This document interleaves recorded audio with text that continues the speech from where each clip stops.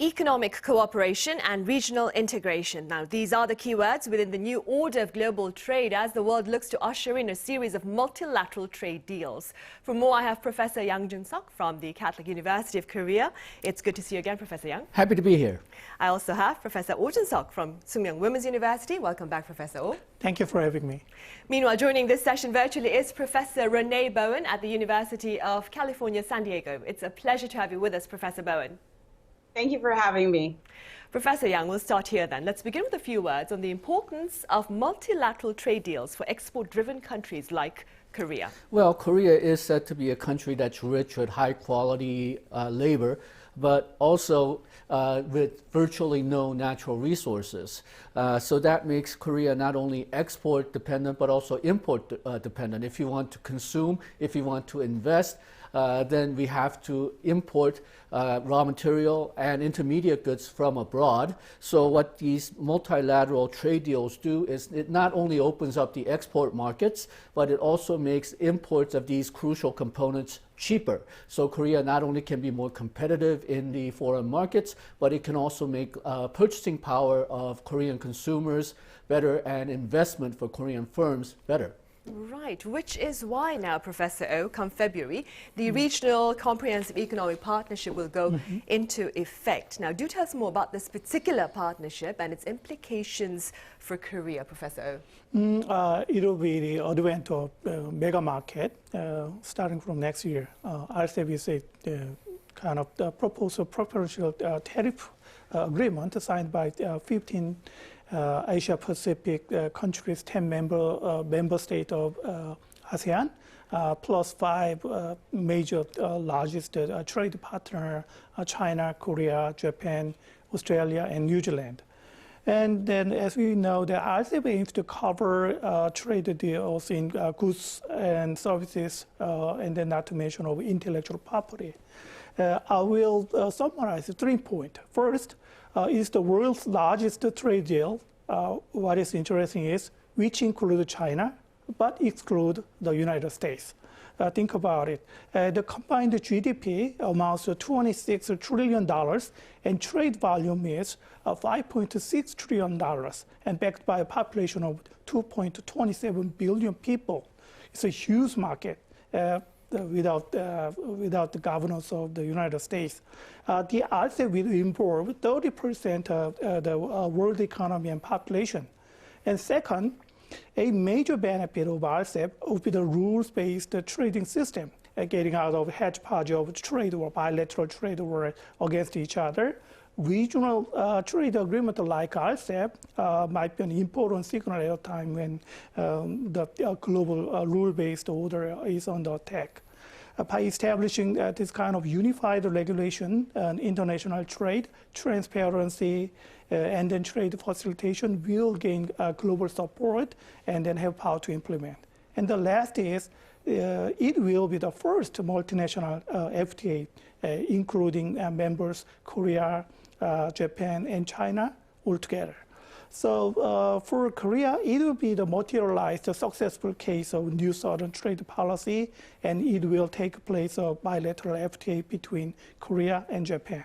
What worries is that the status of China, by the way, whether China can take the RCEP standard in reality or not. Right. Now, Professor Yang, I understand talks to set up this major trading bloc itself started back in 2012, but it wasn't until 2019 that notable progress was made. Please explain this for us. Okay, well, back in 2012, there were 2 large multilateral FTAs which were being pursued.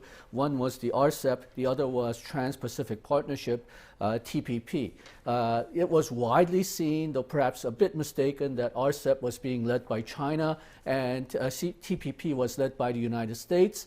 So it was a competition to see who would get the lead in the economic sphere in Asia and Pacific. Now,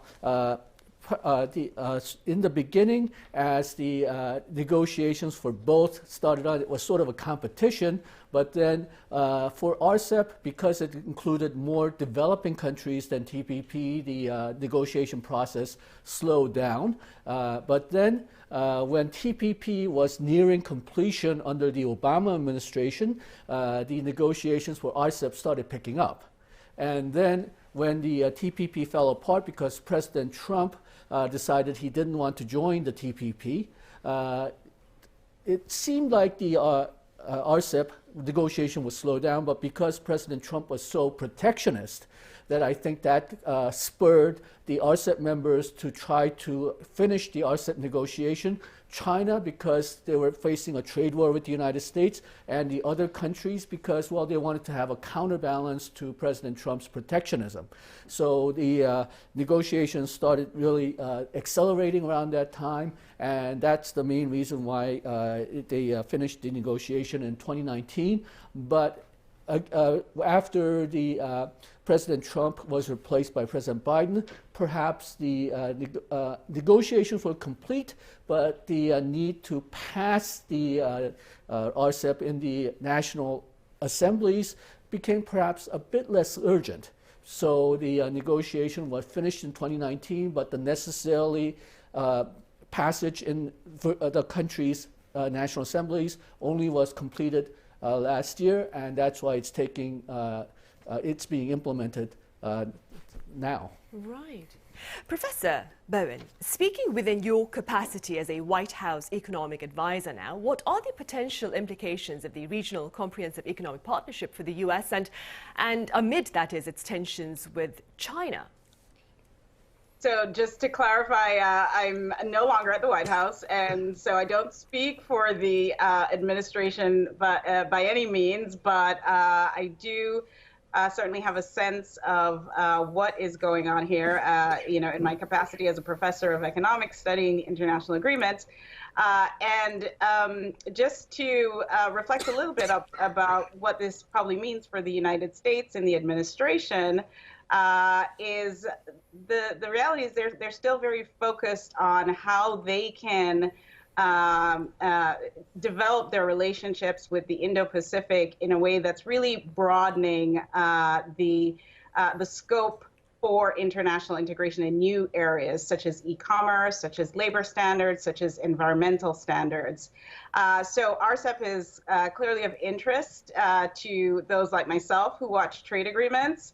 But in terms of the sorts of agreements that we might expect to see the United States being more engaged with, these will have a different focus, I would say, from RCEP. Right. And Professor Bowen, then, speaking within your capacity as a scholar in the field, do you believe this regional trade deal will offer China perhaps a greater opportunity to expand its reach over the global economy? Right. So again, this is an interesting point, given that this is with primarily Asian countries, and ASEAN was already a trading bloc. And what RCEP does is really expand ASEAN, if you would, to include China, now South Korea.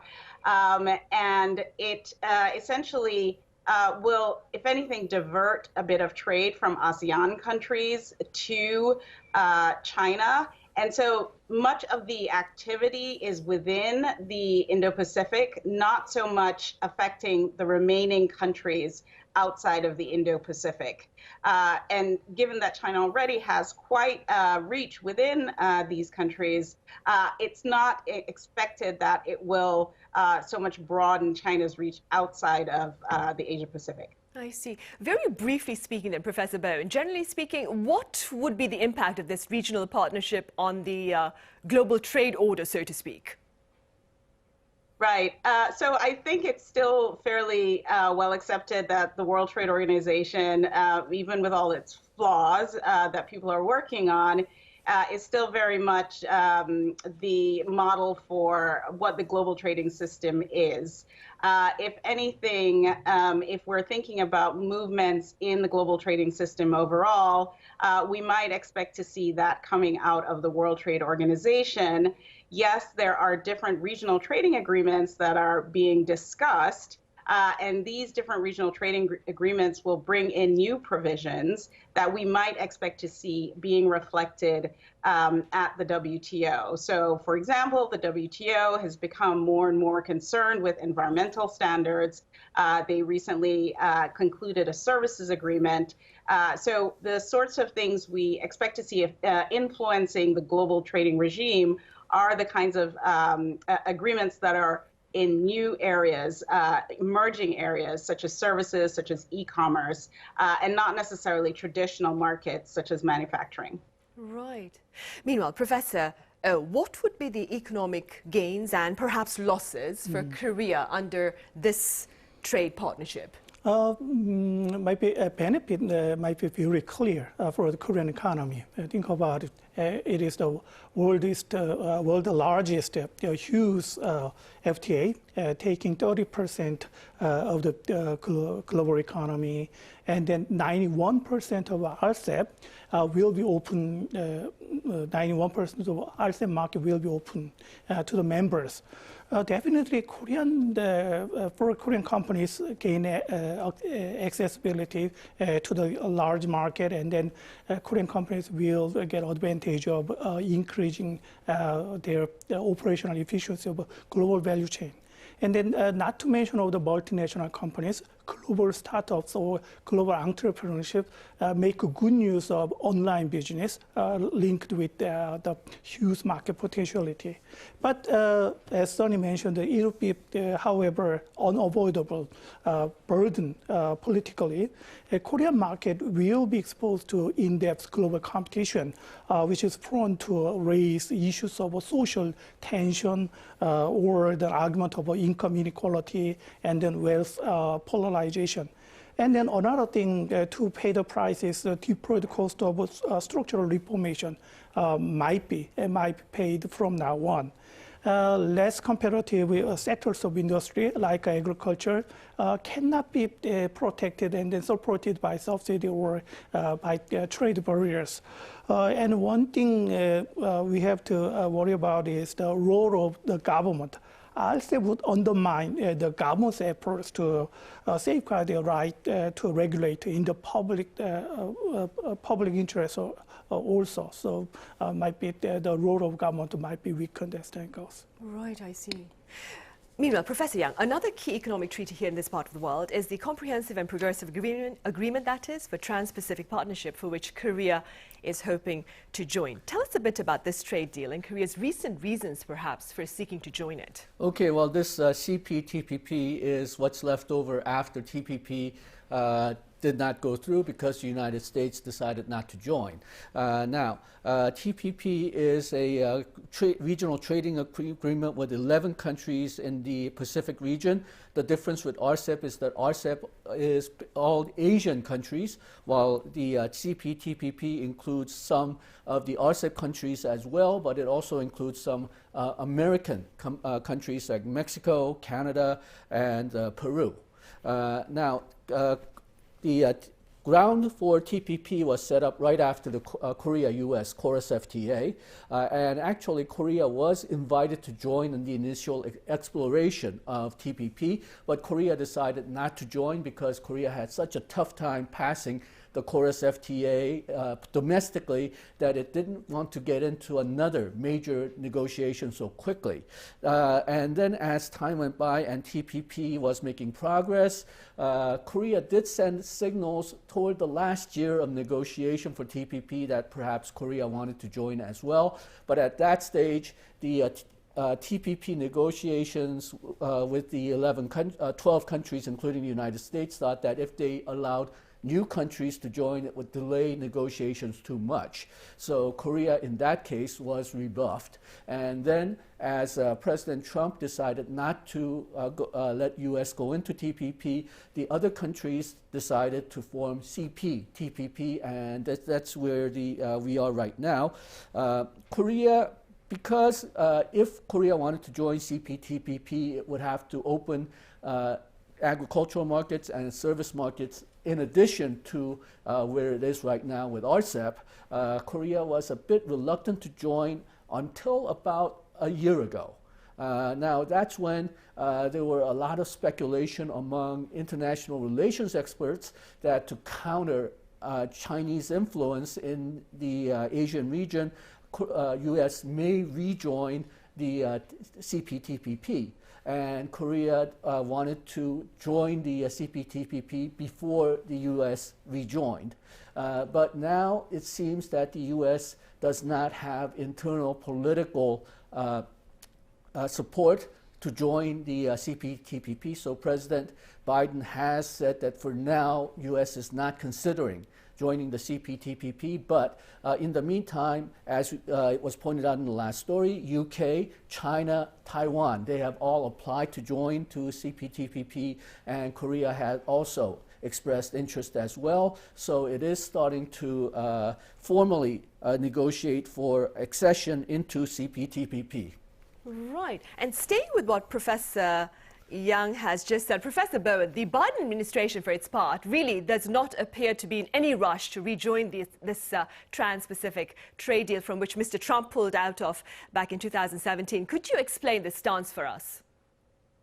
Right. So I think the first thing to note is that it's generally a bipartisan consensus that now is not the time to really re-engage with CPTPP. And it's not to say that the United States is not interested in re-engaging with these countries or re-engaging with the Indo-Pacific. In the United States, getting a trade agreement signed and into force requires Congress to be on board. In order to do that, the best way is for the president to have trade promotion authority, which has to be agreed to by Congress. Clearly, there is a lot of work on the agenda for the administration right now. So getting the administration's current priorities going is really ahead in the queue versus getting something like trade promotion authority passed. So it's not even a matter of an unwillingness. It's simply very unlikely and impractical to think about trade promotion authority being given to the president anytime soon. And again, this is not necessarily a Democratic or Republican issue. This is really coming from voters. Voters are the ones that are influencing their members of Congress, and it's members of Congress that will have difficulty passing trade promotion authority. The main vehicle through which I understand the Biden administration will be engaging in the Indo-Pacific is through the Indo-Pacific Economic Framework. And it's through this Indo-Pacific Economic Framework that they'll be discussing their priorities for trade in the region. So that is their strategy at the moment, then? So again, I don't speak for the Biden administration. But that seems to be the strategy, then? That seems to be the strategy. Right. Point taken, Professor Owen. Professor O, here in the studio, then, what looks to be the economic impact for Korea under this trade arrangement? As it benefits of CPTPP, let's not talk about the widening opportunity, market accessibility, but there is a very unique benefit of CPTPP. That is kind of market diversification effect. A new market with new product could be possible when Korea enters into CPTPP. And then the second one is that it has a similar effect of signing FTA with Japan and Mexico. Because we have no bilateral FTA with Japan or with Mexico. But by entering the CPTPP, we can make this kind of regional agreement as well. And then one thing we have to remember is the accumulation system of certificate of origin in CPTPP. It might be very valuable for Korean companies, small and medium companies producing raw materials, components, parts, or intermediary goods, to give them kind of chances to export increase by participating in the GVC on the CPP.